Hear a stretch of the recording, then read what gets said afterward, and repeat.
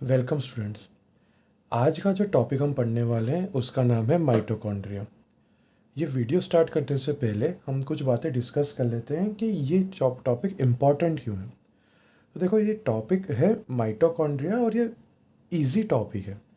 ये पता नहीं कुछ ऐसा टॉपिक है जो बच्चों को इजीली याद भी रह जाता है, बस वो इसको एक्सप्लेन करने में मार खा जाते हैं। तो ये वीडियो जो है उसी एक पॉइंट को एड्रेस करेगा कि बच्चे इसको समझे भी सही और अच्छे से इसको लिख भी पाए। अब सेकंड पॉइंट आता है इस वीडियो का कि ये वीडियो जो है क्लास 9th, क्लास 11th और कॉम्पिटिटिव के लिए भी सफिशेंट है। बस इसमें आपको ये देखना है कि आपके लिए कितना रिक्वायरमेंट है। अब बात आती है कि सर ऐसे कैसे समझ में आ जाएगा और एक ही वीडियो में 9th, 11th और कॉम्पिटिटिव को हम किस तरीके से डील कर सकते हैं। तो मैं इस वीडियो में ट्राई करूँगा कि जितने भी कॉम्प्लेक्स टर्म्स है उसको ईजी से ईजी वे में सिखा दूँ, समझा दूँ। आप ये देख लीजिएगा कि आपके स्कूल में किस लेवल पे पढ़ाया गया है या आपकी रिक्वायरमेंट क्या है। आपको जो जो रिक्वायरमेंट लगे, आपको जो लेवल ठीक लगे वो पॉइंट्स इसमें से निकाल लीजिएगा। मैंने सारे पॉइंट्स को अरेंज भी इस तरीके से कर रखा है कि इसमें से आप रैंडमली कोई से भी पॉइंट उठा लेंगे। अगर आप उसको एक पर्टिकुलर फॉर्म में आंसर में लिख देंगे तो आपको एक अच्छे खासे डिसेंट मार्क्स मिल जाएंगे। सो अब ज़्यादा वीडियो को लंबा न करते हुए हम एक बार इस पूरे टॉपिक को समझने का ट्राई करते हैं। सबसे पहला तो ये है कि माइटोकॉन्ड्रिया को सिर्फ बस इसी बात से याद नहीं रखना है कि वो power house of the cell है। वो तो एक अच्छा पॉइंट है उसका, वो एक उसका स्ट्रॉन्ग पॉइंट है। बट उसके अलावा भी बहुत सारी चीज़ें हैं जो इसके बारे में हमें याद करनी चाहिए या याद होनी चाहिए मेनली। इसमें सबसे पहला पॉइंट आता है कि सर अगर ये कोई टॉपिक है और ये कोई एक स्ट्रक्चर है तो ये क्या है। तो माइटोकॉन्ड्रिया एक सेल ऑर्गेनल है। सेल ऑर्गेनल मतलब क्या? तो सेल्स के अंदर पर्टिकुलर कोई फंक्शन करने के लिए कुछ ना कुछ बॉडीज़ होती हैं, कोई स्ट्रक्चर्स होते हैं। उन स्ट्रक्चर्स को नाम दिया जाता है। तो स्ट्रक्चर्स को कॉमनली बोला जाता है सेल ऑर्गेनल। और उसी सेल ऑर्गेनल में से एक मोस्ट इम्पॉर्टेंट जो है उसका नाम है माइटोकॉन्ड्रिया। ठीक है। अब क्वेश्चन आता है कि ठीक है सर, सेल ऑर्गेनल है, मान लिया। तो सबसे पहले इसको किसी ने ऑब्जर्व किसने करा? तो the mitochondria was first observe by Kolliker. किसने ऑब्जर्व करा था? कोलिकर ने। सेकेंड इंपॉर्टेंट क्वेश्चन आता है कि कहाँ पे ऑब्जर्व करा? तो कोलिकर ने माइटोकॉन्ड्रिया को ऑब्जर्व करा इंसेक्ट की मसल्स में। अब ये जो इंसेक्ट की मसल्स वाला पॉइंट आता है ये आपके क्लास 11th एंड कॉम्पिटिटिव के लिए सफिशेंट है। बाकी जो क्लास 9th में आप इतना ही याद रख लीजिए कि फर्स्ट ऑब्जर्व बाय कोलिकर। सेकेंड चीज़ आती है कि नेम्ड बाय। माइटोकॉन्ड्रिया नाम किसने रखा? तो माइटोकॉन्ड्रिया का जो नाम था वो रखा बेंडा ने। नाउ जो हिंदी स्पीकिंग है उनको तो एक वर्ड थोड़ा अजीब लगेगा, बट सही में यही नाम है कि माइटोकॉन्ड्रिया का नाम जिसने रखा उसका नाम ही बेंडा था। आयरन यही है। फिर आगे आता है कि ठीक है सर, शेप कैसा है? तो सॉसेज शेप है या स्फेरिकल है। सॉसेज शेप क्या है? ये इस तरीके का शेप। अगर आपने हॉट डॉग जैसा कुछ देखा होगा तो उसके अंदर जो एक बीच में एक जो सिलेंड्रिकल स्ट्रक्चर होता है वो सॉसेज होता है। तो सॉसेज जैसा शेप है, इस वजह से इसका नाम हो जाता है। इसका शेप क्या बोला गया है? सॉसेज शेप बोला गया। ठीक है। अब इसमें कुछ इंपॉर्टेंट पॉइंट्स हैं जो आपको पता होने चाहिए कि माइटोकॉन्ड्रिया ऐसे तो सारे यूकैरियोटिक सेल में पाया जाता है, बस कुछ सेलों में नहीं पाया जाता। उसमें से एक प्राइम एग्जाम्पल है मैच्योर आरबीसी। इसका मतलब क्या है कि mitochondria is found in all eukaryotic cell except mature RBC. Mature RBC मतलब क्या? कि ऐसी आरबीसी जो अब मतलब यानी कि ऑलमोस्ट मरने वाली है या जिसने अपना मतलब फिजिकल फॉर्म पूरी तरीके से अटेन कर लिया है। ऐसी आरबीसीज में क्या होता है? तो ऐसी आरबीसीज में माइटोकॉन्ड्रिया प्रेजेंट नहीं होता। यंग आरबीसीज में ऑब्वियसली क्या होगा? माइटोकॉन्ड्रिया प्रेजेंट होगा। सेकेंड इंपॉर्टेंट पॉइंट आता है कि they are absent in prokaryotic cell.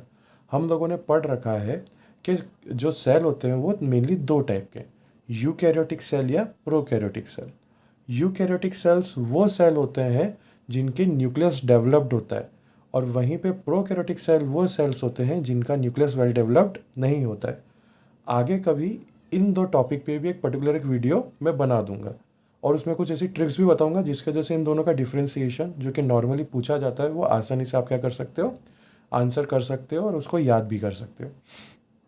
अब बात आती है कि सर ये जो मैच्योर आरबीसी वाला है और ये प्रोकैरियोटिक सेल वाला है, क्या इसको याद रखना है? बिल्कुल याद रखना है, ये बहुत इंपॉर्टेंट टॉपिक है। और ये कुछ ऐसे टॉपिक में से हैं जो मतलब class 9th 11th and competitive सब में पूछा जा सकता है। ये मैच्योर आरबीसी वाला पार्ट पर्टिकुलरली कॉम्पिटिटिव में पूछा जा सकता है। क्वेश्चन कैसे पूछ लेंगे वो कि माइटोकॉन्ड्रिया इज एब्सेंट इन, और वो दोनों ऑप्शन दे देंगे, यंग आरबीसी और मैच्योर आरबीसी। आपको ध्यान रखना है कि क्या पूछा गया है कि एब्सेंट है, तो एब्सेंट किस में रहता है, वो मैच्योर आरबीसी में। बूढ़ी आरबीसी में क्या रहता है, वो एब्सेंट रहता है। आगे चलते हैं। देयर आर अराउंड 1000 माइटोकॉन्ड्रिया पर सेल। अब समझिए, नॉर्मली हम बुक्स देखते हैं तो उसके अंदर जो सेल देखते हैं उसके अंदर एक या दो माइटोकॉन्ड्रिया भी नहीं बनाते ढंग से, और ज़्यादातर बच्चों को तो एक गलतफहमी 12th पास होने के बाद भी रहती है कि सेल में सिर्फ एक या दो माइटोकॉन्ड्रिया होता है। रियलिटी ये है कि भाई साहब, आपके सेल को काम करने के लिए इतनी एनर्जी चाहिए कि जो एक माइटोकॉन्ड्रिया अकेला बना पाएगा नहीं, तो इतने सारे माइटोकॉन्ड्रिया चाहिए। और इतने सारे मतलब कितने, 1000 माइटोकॉन्ड्रिया। तो क्वेश्चन आता है क्या सर हर सेल में सिर्फ 1000 माइटोकॉन्ड्रिया होते हैं? नहीं, रियलिटी ये है कि जितना काम वितना ही माइटोकॉन्ड्रिया। मतलब कि जिस सेल को ज़्यादा एनर्जी की ज़रूरत पड़ेगी, और यानी कि जो सेल ज़्यादा काम करेगा उसको ज़्यादा माइटोकॉन्ड्रिया की रिक्वायरमेंट होगी, और ज़्यादा माइटोकॉन्ड्रिया की रिक्वायरमेंट होगी इसलिए वो ज़्यादा बनाएगा। इसका प्राइम एग्जांपल है लीवर सेल। लीवर सेल में 2500 माइटोकॉन्ड्रिया होते हैं। मतलब अगर आप सोचो कि ऑन एवरेज जितने माइटोकॉन्ड्रिया होते हैं उससे डबल भी नहीं, डबल से भी ज़्यादा, 2.5 गुना होता है। और 2.5 गुना का मतलब आप समझिए तो कितना ज़्यादा हो जाता है। ठीक है, और आगे अगर अपन बात करें कि और कितना है, तो यहाँ पर अगर अपन बात करें तो माइटोकॉन्ड्रिया के अब स्ट्रक्चर की बात कर लेते हैं। तो माइटोकॉन्ड्रिया को अगर आप देखेंगे तो एक सॉसेज शेप है, अभी हमने बात कर रखी है। अब माइटोकॉन्ड्रिया डबल मेम्ब्रेन बाउंड है, नाम में ही बता रखा है क्या, डबल मेम्ब्रेन बाउंड। डबल मतलब दो, मेम्ब्रेन मतलब तो आपने को पता ही है, एक लेयर, और बाउंड मतलब बंधा हुआ। तो माइटोकॉन्ड्रिया के स्ट्रक्चर के ऊपर कितने मेम्ब्रेन की कवरिंग है, दो मेम्ब्रेन की है। ऑब्वियसली बात है, बाहर की मेम्ब्रेन आउटर, अंदर की मेम्ब्रेन इनर। यहाँ पर नाम रखने में इन्होंने कोई कन्फ्यूजन नहीं क्रिएट किया है। उनको ये पता था बच्चों को याद करने में तकलीफ आएगी, तो उन्होंने सिंपल सादे नाम रख रखे। ठीक है भाई, कौन सी मेम्ब्रेन है सर, आउटर मेम्ब्रेन है, आउटर मेम्ब्रेन। कौन सी मेम्ब्रेन है, इनर है, इनर मेम्ब्रेन। तो देखिए, outer membrane and inner membrane. ठीक है, तो यहाँ पर बात आती है कि आउटर मेम्ब्रेन क्या और इनर मेम्ब्रेन क्या, दोनों क्या सेम होती है क्या? ऑब्वियसली नहीं, थोड़ा फ़र्क होता है। अब एक बात बताओ, आपके घर में अगर कोई मेहमान आया तो सबसे पहले कहाँ से एंटर होगा, गेट से एंटर होगा। अब नॉर्मली क्या होता है कि कोई भी जो जान पहचान का होता है, या जो कोई भी दोस्त वोस्त रहता है जिसको अपने को ज़्यादा नॉलेज भी नहीं है, जिससे यारी दोस्ती ज़्यादा है भी नहीं, उसको अपन कुछ नहीं कुछ करके ना गेट तक तो आने देते कि हाँ ठीक है भाई, गेट तक आ जा, बरामदा तक आ जा, यहाँ पे खड़ा हो जा, इट्स फाइन। लेकिन हर दोस्त को अपन क्या घर के अंदर नहीं लेते, हॉल तक नहीं ले जाते या किचन तक नहीं ले जाते। इसका मतलब क्या है कि दो लेयर है अपने घर में भी, एक बरामदा वाले के जिसमें हाँ जैसे ऐसे ऐसे तो दोस्त वोस्त है उनको वहाँ तक टरका दो, और एक ऐसा है कि जहाँ पर जो एकदम दिल के पास है, जो अच्छे लोग हैं, उनको अपन अंदर के ला सकते हैं घर के अंदर। वही सेम चीज़ क्या होती है दुनिया में चलती है। तो याद रख लो, अगर तुम उन दोस्तों में से हो ना जिनको वरांदा से भगा दिया जाता है या वरांदा में टरका दिया जाता है, समझ लो तुम्हारी इज्जत कोई ज़्यादा है नहीं वहाँ पे। अब बात क्या आ रही है कि सर आप तो एकदम पढ़ाते पढ़ाते सोशियोलॉजी में चले गए, लेकिन वो एक पॉइंट है, मैंने सोचा बता दूं। अब वापस अगर इस coming back to this topic अगर अपन बात करें तो एक आउटर मेम्ब्रेन होती है और एक इनर मेम्ब्रेन होती है। आउटर मेम्ब्रेन जो है वो ज़्यादा परमिएबल है। परमिएबल का मतलब क्या है कि कोई भी चीज़ जो है, मतलब ज़्यादातर वो माइटोकॉन्ड्रिया में आउटर मेम्ब्रेन से अंदर एंटर कर सकती है। तो यहाँ पर अगर हम पढ़ेंगे तो लिख रखा है outer membrane is smooth and has less surface area and is freely permeable. Mark किस पे किया गया है, फ्रीली परमिएबल पे। परमिएबल मतलब जो परमिशन जो आसानी से दे दे, फ्रीली तो मतलब आप समझ में आ रहा होगा। इसका मतलब क्या है कि आउटर मेम्ब्रेन स्मूथ है, मतलब देखो कोई भी उसके अंदर कोई क्रीज वेज नहीं है, एकदम स्मूथ है। सेकेंड क्या, हैज़ लेस सरफेस एरिया, मतलब कंपेरेटिवली इसका सरफेस एरिया क्या होगा, कम होगा। And is freely permeable, freely permeable मतलब वो क्या है, आसानी से मटेरियल को पास होने दे देगी। वहीं पर सेकंड आते हैं, सेकंड मेम्ब्रेन कौन सी भाई, आउटर का कौन सी आई, इनर। इनर मतलब कौन सा, जो घर का हॉल है, अंदर का पार्ट है, वहाँ कौन सा, तो वो कौन सी मेम्ब्रेन है भाई साहब, इनर मेम्ब्रेन। इनर मेम्ब्रेन क्या होता है, हैज़ इन्फोर्स कॉट क्रिस्टी। अभी आप देखो ये इनर मेम्ब्रेन है, इनर मेम्ब्रेन देखो अंदर की तरफ ये फोल्ड है, ये अंदर की तरफ जो फोल्ड है इनको एक नाम दिया गया, नाम है क्रिस्टी। क्या नाम है? क्रिस्टी। ये किससे बनी होती है? तो ये इनर मेम्ब्रेन से बनी होती है, पहली चीज़। Second, hence has large surface area. इसी वजह से इनका सरफेस एरिया क्या होता है? लार्ज होता है। इनका जो सरफेस एरिया है वो लार्ज होगा। इसका मतलब क्या है कि इनर मेम्ब्रेन में क्रिस्टी है और क्रिस्टी की वजह से इनर मेम्ब्रेन का सरफेस एरिया क्या हो जाता है? ज़्यादा हो जाता है। कॉमन सेंस की बात है, अगर मैं किसी एक कपड़े को या धागे को ऐसा सीधा गोल बांट दूं या अरेंज कर दूं तो एक पर्टिकुलर एरिया लेगा। लेकिन अगर वहीं मैं उस धागे को ऐसे फोल्ड करके ऐसे अरेंज करते करूं तो इतना क्या, वो बहुत कम रास्ते में क्या हो जाएगा? वो कवर हो जाएगा। इसका मतलब क्या है कि जितनी फोल्डेड चीज़ें होती हैं उसमें उतना ज़्यादा क्या होता है? सरफेस एरिया होता है, या उतना ज़्यादा क्या होता है? वो लेंथ को कवर करके बैठा हुआ रहता है। अगर आप देखेंगे तो देखिए सीधा है, यहाँ पे कोई ज़्यादा कर्व एंड टर्न्स नहीं है, तो इनका सरफेस एरिया कम है। लेकिन अगर आप देखेंगे तो देखिए ये पूरा एक सरफेस एरिया एडिशनल होते जाते हैं, और इसकी वजह से क्या होता है कि इनर मेम्ब्रेन की सरफेस एरिया बहुत बढ़ जाता है। और एक और चीज़ आती है कि इनर मेम्ब्रेन जो रहती है वो सेमी परमेबल होती है। अभी हमने बात कर रखी है कि हर किसी को अपन घर के अंदर नहीं आने देते, गिने चुने लोगों को ही घर के अंदर आने देते हैं। तो वही बात आती है कि इनर मेम्ब्रेन भी एरा गेरा नत्थो गेरा किसी को भी अंदर नहीं आने देगा। गिने चुने जो मटेरियल्स है, गिने चुने जो सब्सटेंस है, उसी को अंदर आने देगा। तो दो पांच चीज़ कवर हो जाती है, एक होता है अपना आउटर मेम्ब्रेन, एक होते हैं inner membrane. Outer membrane outer में, इनर मेम्ब्रेन इनर में। स्मूथ कौन? Outer membrane. और ज़्यादा फोल्ड वाली कौन? Inner membrane. फोल्ड्स को क्या बोला गया है? क्रिस्टी। आउटर मेम्ब्रेन का क्या होता है? सरफेस एरिया कम। क्रिस्टी की वजह से इनर मेम्ब्रेन का सरफेस एरिया ज़्यादा। आउटर मेम्ब्रेन क्या? फ्रीली परमेएबल, कि किसी को भी आने दे सकता है। इनर मेम्ब्रेन क्या? सेमी परमेएबल, के आने तो देगा पर गिने चुने लोगों को, हर किसी को अंदर आने नहीं देगा। अब यही जो इनर मेम्ब्रेन होती है, वहाँ पर आपने ये मशरूम जैसा स्ट्रक्चर देखा होगा या कि लॉलीपॉप जैसा स्ट्रक्चर देखा होगा।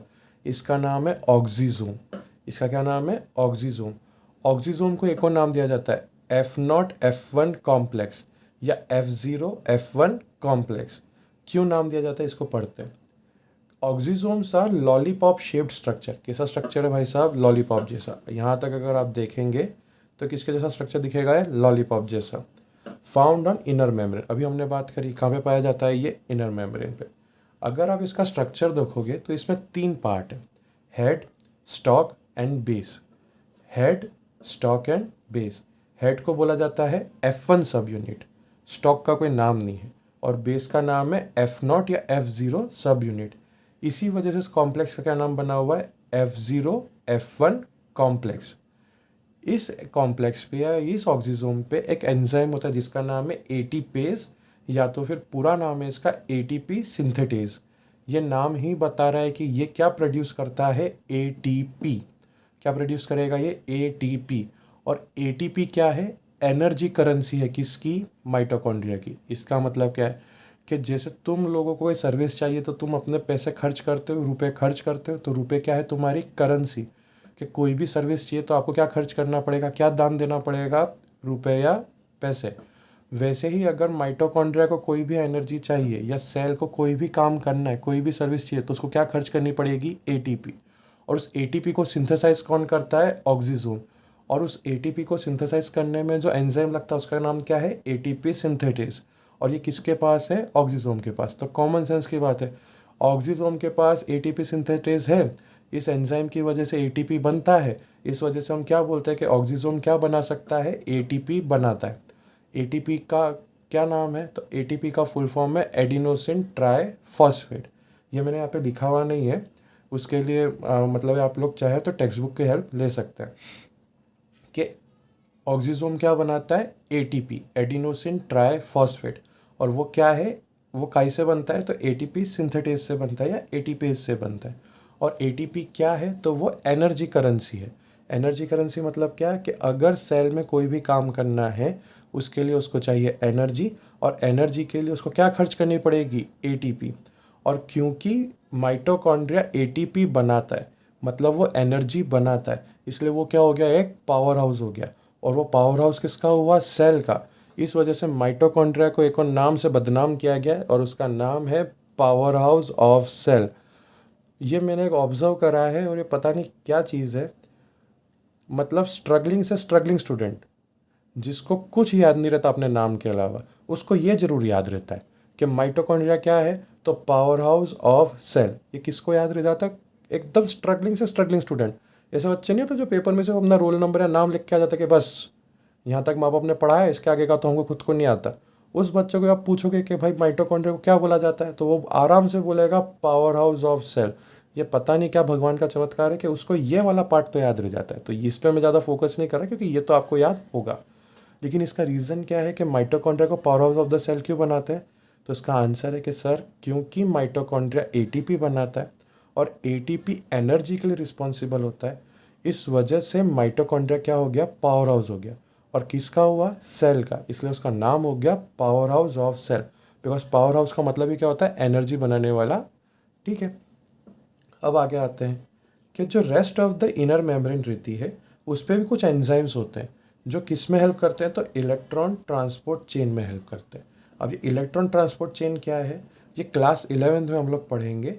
अगर क्लास 9th है जिसको ये समझ में नहीं आ रहा है, इसको आप इग्नोर कर सकते हैं। बस क्लास 11th इसको आप ज़रूर याद रखें। क्वेश्चन बन जाता है कि जो ईटीसी है या इसके जो एंजाइम्स है कहाँ मिलते हैं, तो ये कहाँ मिलते हैं? तो इनर मेम्ब्रेन पे मिलते हैं। इतनी बात याद रह जानी चाहिए।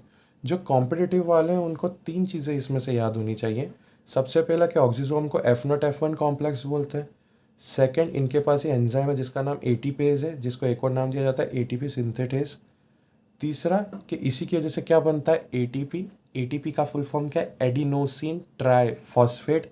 और वो क्या है? तो वो एनर्जी करेंसी है। किसकी? सेल की। और एटीपी कौन बना रहा है? माइटोकॉन्ड्रिया एक तरीके से। तो माइटोकॉन्ड्रिया को क्या नाम दिया गया है? पावर हाउस ऑफ सेल नाम दिया गया है। आगे की तरफ हम बढ़ते हैं। तो जब ये आउटर मेम्ब्रेन हो गई, इनर मेम्ब्रेन हो गई, अंदर क्या बचा? तो खाली एरिया बचा। इसको बोला गया है इनर चेम्बर। इस इनर चेम्बर में एक फ्लूइड भरा होता है, उस फ्लूइड को बोला जाता है मैट्रिक्स। तो मैट्रिक्स को डिफाइन इसी तरीके से किया जाता है कि fluid found in inner membrane, उसको क्या बोला जाता है? मैट्रिक्स। और ये कहाँ पाया जाएगा? तो इनर चेम्बर में पाया जाएगा। इनर चेम्बर क्या? जो इनर मेम्ब्रेन के बाद जो एक एरिया बचता है उसमें क्या होता है? मैट्रिक्स। ये मैट्रिक्स एक तरीके से प्लेग्राउंड है जहाँ पर सारे एंजाइम ने सारी चीज़ें होती हैं। और एटीपी का अलावा जितने भी रॉ मटेरियल है, जो भी चीज़ें होती हैं इसमें होता है। कहाँ पे होता है? मैट्रिक्स में। मैट्रिक्स में एक और चीज़ होती है, राइबोसोम। राइबोसोम क्या है? तो ribosomes are known as the protein factory. इसका मतलब क्या है? कि ये प्रोटीन बनाते हैं। खैर अभी इसके बारे में अपन बाद में एक वीडियो बना लेंगे, बट आप अभी इतना थोड़ा बहुत सुनेंगे तो थोड़ा बहुत तो आपको आता होगा। तो क्या बात जा रही है कि मैट्रिक्स के पास क्या है? राइबोसोम। इसके अलावा इसके पास एक बहुत यूनिक चीज़ है जिसको बोला जाता है डीएनए। क्या बोला जाता है? डीएनए। ये जो डीएनए होता है इसकी वजह से माइटोकॉन्ड्रिया एकदम स्पेशल हो जाता है। बिकॉज माइटोकॉन्ड्रिया जो है उसके पास कैसा डीएनए है? Circular DNA. इसके अलावा एक चीज़ हो जाती है, बिकॉज माइटोकॉन्ड्रिया पास खुद का डीएनए है, राइबोसोम है, मतलब खुद का प्रोटीन बना सकता है, एनर्जी भी वो खुद की बना सकता है, तो अपने आप में एक तरीके का प्रोकैरियोटिक सेल की तरह एक्ट कर सकता है। ये हर कोई सेल ऑर्गेनल नहीं कर सकता, ये माइटोकॉन्ड्रिया और प्लास्टिड ही कर सकते हैं। बिकॉज अभी तक ऐसा है कि आप लोग इतना याद रखो कि माइटोकॉन्ड्रिया और प्लास्टिड अकेले 2 ऐसे सेल ऑर्गेनल है जिनके पास खुद का क्या है? डीएनए है। जिसके पास खुद का क्या है? डीएनए। और क्योंकि इनके पास खुद का डीएनए इसलिए खुद अपने आप में एक प्रोकैरियोटिक सेल की तरह एक्ट कर सकते हैं। खैर ये चीज़ आप कॉम्पिटिटिव वालों को याद रखनी चाहिए कि कौन सा सेल ऑर्गेनल एक प्रोकैरियोटिक सेल की तरह काम कर सकता है? माइटोकॉन्ड्रिया। रीज़न क्या है? क्योंकि उसका क्या है? खुद का डीएनए है, खुद का जेनेटिक मटेरियल है। और ऐसा कौन सा दूसरा एक सेल ऑर्गेनल जिसके पास खुद का डीएनए या जेनेटिक मटेरियल है? उसका नाम है प्लास्टिड। PLASTID, plastid. और उसके अलावा प्लास्टिड के अलावा कौन सा है? तो माइटोकॉन्ड्रिया। क्योंकि माइटोकॉन्ड्रिया का खुद का डीएनए है और प्रोटीन भी बना सकता है राइबोसोम की मदद से, इसलिए ये सेल्फ रेप्लिकेटिंग है। सेल्फ रेप्लिकेटिंग मतलब खुद से ही अपने आप को बनाएगा या रेप्लिकेट करेगा, इसको कोई और बना नहीं सकता। मतलब क्या हुआ कि फन फैक्ट ये है बेटा कि माइटोकॉन्ड्रिया को माइटोकॉन्ड्रिया के अलावा कोई बना नहीं सकता। मतलब कि किसी सेल के पास माइटोकॉन्ड्रिया जो है वो किसी प्री एग्जिस्टेंस से आए होंगे, सेल्फ रेप्लिकेट करके आए होंगे, क्योंकि सेल खुद के रॉ मटेरियल से खुद का एक और नया माइटोकॉन्ड्रिया बना नहीं सकता। ये चीज़ बड़ा कम पता होती है, लेकिन ये 2-3 बुक्स में अच्छे से मेंशन्ड है। और एक कॉम्पिटिटिव में अगर हाई लेवल पे जाएंगे और अगर उनको ऐसा टफ करना होगा तो ये चीज़ ज़रूर बताएंगे या पूछ सकते हैं कि क्या माइटोकॉन्ड्रिया को सेल खुद से बना सकता है। तो आंसर है नहीं। सेल खुद रॉ मटेरियल की मदद से माइटोकॉन्ड्रिया को बना सकेगा नहीं। यहाँ तक अगर आपको ये वीडियो समझ में आई तो हम इसको एक बार क्विक रिवाइज कर लेते हैं। अब इसमें से मेन चीज़ें क्या हैं जो कॉम्पिटिटिव के पर्सपेक्टिव से आपको याद रखनी है, वो मैं आपको बता देता हूँ। पहला कि कॉलीकर ने काई में उसको आइसोलेट करा, काई में ऑब्जर्व करा तो इंसेक्ट की मसल में करा। सेकंड, आरबीसी किस में नहीं, माइटोकॉन्ड्रिया किस में नहीं पाया जाता, तो मैच्योर आरबीसी में नहीं पाया जाता। क्या माइटोकॉन्ड्रिया सब में इक्वल होता है? नहीं, लीवर सेल में 2500 माइटोकॉन्ड्रिया तक आ जाता है। और आगे अगर अपन बात करें, एक और चीज़ क्या याद रखनी है, ऑक्सीजोम। कि ऑक्सीजोम का एक और नाम क्या है, F0F1 कॉम्प्लेक्स। इसका कौन सा एंजाइम है, एटीपी सिंथेटेज, जिसका एक और नाम है एटीपीज। किस में हेल्प करता है, तो ऑब्वियसली एटीपी के सिंथेसिस में हेल्प करता है। एटीपी क्या है, energy currency of the cell, और वो एनर्जी बना रहा है कौन, ऑक्सीजोम। ऑक्सीजोम किस में पाया जाता है, इनर मेम्ब्रेन में। और इनर मेम्ब्रेन किसकी है, माइटोकॉन्ड्रिया की। इसलिए बोला जाता है कि माइटोकॉन्ड्रिया क्या बनाता है, एटीपी, एडिनोसिन ट्राइफॉस्फेट।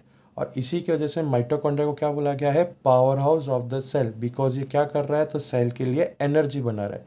किसके फॉर्म में, एटीपी के फॉर्म में। और किसकी मदद से, तो ऑक्सीजोम की मदद से। क्या इनर मेम्ब्रेन पे एंजाइम होते हैं, बिल्कुल होते हैं। को एंजाइम होते हैं, किसके लिए होते हैं, तो इलेक्ट्रॉन ट्रांसपोर्ट चेन के लिए होते हैं। और आगे बात करें, माइटोकॉन्ड्रिया के पास खुद का क्या होता है, राइबोसोम होता है। राइबोसोम में स्पेसिफिक कौन सा, 70S। और आगे अगर जाए तो ये राइबोसोम क्या करते हैं, तो प्रोटीन बनाते हैं। सबसे इम्पॉर्टेंट, दो ऐसे सेल ऑर्गेनल जिनके पास खुद का डीएनए या जेनेटिक मटेरियल होता है, उसमें दो हैं, माइटोकॉन्ड्रिया और प्लास्टिड। ये दो ही हैं जिनके पास खुद का क्या है, जेनेटिक मटेरियल अवेलेबल है। डीएनए माइटोकॉन्ड्रिया में कैसा होता है, तो सर्कुलर डीएनए होता है। कौन सा डीएनए होता है, सर्कुलर डीएनए होता है। और आगे बात करें तो माइटोकॉन्ड्रिया क्या है, एक सेल्फ रेप्लिकेटिंग है, मतलब खुद अपने आप क्या करेगा, रेप्लिकेट करेगा। सेल्स खुद से रॉ मटेरियल से नए माइटोकॉन्ड्रिया को बना सकेगी नहीं। ये सारा कॉम्पिटिटिव के लिए सही है। क्लास 9th आप लोग इजी में भी चलेंगे तो चलेगा। जैसे mitochondria is known as the power of the cell, ये डायग्राम बना देना। Outer membrane is freely permeable, inner membrane is semi permeable, it has oxysome on the inner membrane, it is lollipop shaped. और क्या, तो RB mitochondria is absent in mature RBC. और क्या shape क्या है, सॉसेज शेप। माइटोकॉन्ड्रिया कैसा होता है, डबल मेम्ब्रेन बाउंड होता है। उसके पास एक फ्लूइड है जिसका नाम है मैट्रिक्स, जिसके अंदर सारे प्रोटीन है, सारी चीज़ें रहती हैं। आप इस तरीके से ये चीज़ याद कर सकते हैं। क्लास 11th मैं आपको एक चीज़ सजेस्ट करूँगा, आई नो थोड़ा गलत साउंड करेगा, बट मैं आपको यही सजेस्ट करूँगा कि आई नो आपके कोर्स से थोड़ा लिटिल बिट एक्स्ट्रा इन्फॉर्मेशन है, पर याद कर लो। कभी ना कभी तो अपने को कॉम्पिटिटिव फेस करनी है। अभी से थोड़ा बहुत याद करना स्टार्ट करेंगे तो कॉम्पिटिटिव आते आते ये सब चीज़ें नॉर्मलाइज हो जाएंगी। और ये चीज़ें नॉर्मलाइज हो जाएंगी तो उस टाइम पे बस रिवीजन करना पड़ेगा, न्यू चीज़ें याद करनी नहीं पड़ेगी। तो मेरा आपके से यही सजेशन है कि अगर आप क्लास 11th में हैं और अगर आप अपनी स्टडीज़ को लेकर सीरियस है तो नॉर्मल क्लास के साथ थोड़ा बहुत, ऐसा भी नहीं कि ज़्यादा ही कि बिल्कुल कॉम्पिटिटिव पढ़ने लग जाए, लेकिन थोड़ा बहुत लिटिल बिट एक्स्ट्रा थोड़ा पढ़ना स्टार्ट करें, उसके बारे में याद करें। एक चीज़ मिस हो गई है, मैं आपको बता देता हूँ। एक्चुअली दो चीज़ मिस हो गई है, मैं भी बता देता हूँ, सॉरी इस चीज़ के लिए। पहली चीज़ ये है कि आउटर मेम्ब्रेन और इनर मेम्ब्रेन के बीच में एक स्पेस है। अगर आपको ये दिखे, आउटर मेम्ब्रेन और इनर मेम्ब्रेन के बीच में एक स्पेस है। किसी भी चीज़ के बीच में कुछ होता है तो उसको इंटर बोलते हैं। किसके बीच में है, मेम्ब्रेन के, तो नाम हो गया इंटर मेम्ब्रेन। और क्या है, स्पेस, तो नाम हो गया इंटर मेम्ब्रेन स्पेस। और क्या है, तो वापस वही बात आता है, इनर चेम्बर आउटर चेम्बर। तो भाई साहब अगर ये अंदर का चेम्बर है तो ये क्या हो गया, बाहर का चेम्बर है। तो क्या है ये, तो ये इंटर मेम्ब्रेन स्पेस है, दो मेम्ब्रेन के बीच की स्पेस, या तो फिर इसको नाम दिया गया है आउटर चेम्बर। वैसे ही सेम कॉन्सेप्ट से दो क्रिस्टी के बीच में जो जगह है, अगर मैं बोलूँ ये दो क्रिस्टीज़ जो हैं, अगर मैं बोलूँ ये क्रिस्टी 1 और ये क्रिस्टी 2, इन दो क्रिस्टी के बीच में जो जगह है तो उसको क्या बोला है, बीच में मतलब इंटर किसके बीच में, क्रिस्टी के, तो आगे क्रिस्टल और क्या है, स्पेस, तो नाम क्या हो जाएगा, इंटर क्रिस्टल स्पेस। ये भी कॉम्पिटिटिव में कभी कभी पूछ लेते हैं, तो आपको ये भी चीज़ अच्छे से आनी चाहिए। हालांकि इसको याद करने की ज़रूरत नहीं है, मैंने आपको ट्रिक सिखा दी है। आप वर्ड्स अगर तोड़ना और उसका मतलब निकालना सीख जाएंगे तो ज़्यादातर बायोलॉजी ईजी पड़ जाएगी। फिर आपको रटना नहीं है, फिर आपको समझना है। और जहाँ तक मेरा एक्सपीरियंस है, अगर आप चीज़ों को समझ लोगे तो वो ज़्यादा बेनिफिट करेगी, बिकॉज उससे आपको उनको याद करने के न्यू न्यू तरीके आते जाएंगे। आई थिंक ये वीडियो यहाँ तक के लिए और इस टॉपिक के लिए सफिशेंट रहेगा। और इसमें अगर आपको कोई और हेल्प चाहिए तो आप प्लीज़ कमेंट कर दीजिएगा, मैं उस पर्टिकुलर टॉपिक को वापस एक्सप्लेन कर दूंगा एक नए वीडियो के साथ। आई होप आप लोगों को ऐसे वीडियोस अच्छे लग रहे हैं। और मैं थोड़ा वीडियो ये बनाने में लेट भी हो गया कुछ पर्सनल रीजंस की वजह से, बट ऐसे ही वीडियोस आते रहेंगे। आप आपके जो भी आपको टॉपिक पढ़ने उसको भी आप मेंशन कर दीजिए, या इस वीडियो में भी जो आपको समझ में नहीं आया वो प्लीज़ मेंशन कर दीजिएगा। प्रॉमिस नहीं है, बट कोशिश पूरी करूँगा कि वो जितने डाउट्स हैं उनके लिए पर्टिकुलर किसी दिन एक डाउट सॉल्विंग सेशन या ऐसा कुछ एक वीडियो प्लान कर सकूँ। आई होप आपको ये वीडियो अच्छा लगा हो। Happy learning.